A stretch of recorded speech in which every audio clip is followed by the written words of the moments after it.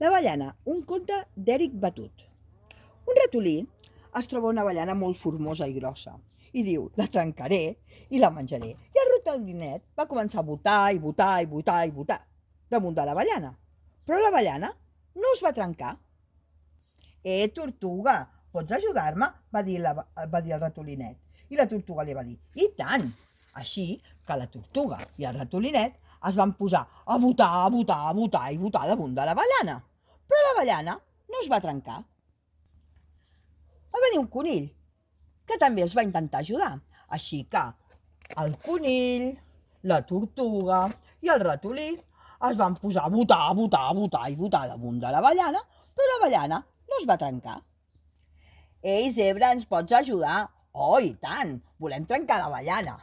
Així que la zebra, el conill, la tortuga i el ratolí es van posar tots a botar, a botar, a botar, a botar, a botar, però l'avellana no es va trencar.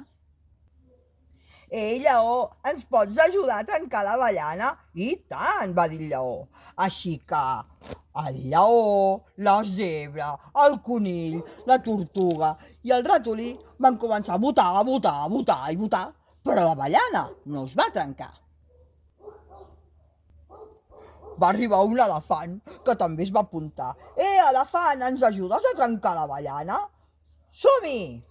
Així que el ratolí, la tortuga, el conill, l'elefant, la zebra i el lleó van començar a botar, a botar i botar i botar i botar damunt de l'avellana.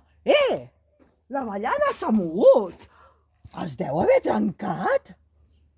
I tots cauen! Patatxap! De sobte va sortir un cuc blanc. Va dir el cuc, voleu parar de molestar-me? Ui, no et volíem molestar, no sabíem que estaves aquí. Així que l'endemà tots els animalets van anar a veure el cuc a disculpar-se. Van estar una bona estona xerrant, molta, molta, i quan el cuquet va agafar son, se'n va anar cap a dins de l'avellana.